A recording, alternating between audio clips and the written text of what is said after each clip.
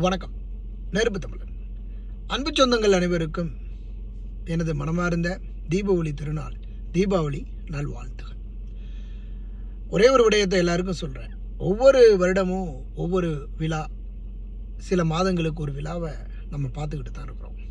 ஒவ்வொரு பெருவிழாவின் போதும் தயவு செய்து தமிழின மக்கள் ஒற்றுமையாக இருக்கணும் அப்படிங்கிற ஒரு விடயத்தை கையில் எடுங்க.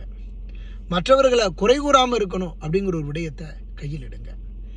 இலவசமாக எதையும் வாங்கணும் அப்படிங்கிறத தவிருங்க.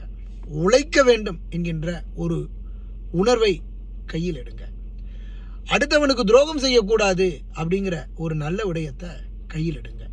மற்றவர்களை நம்ம வாழ வைக்கணும் அப்படிங்கிற ஒரு நல்ல ஒரு முடிவை எடுங்க.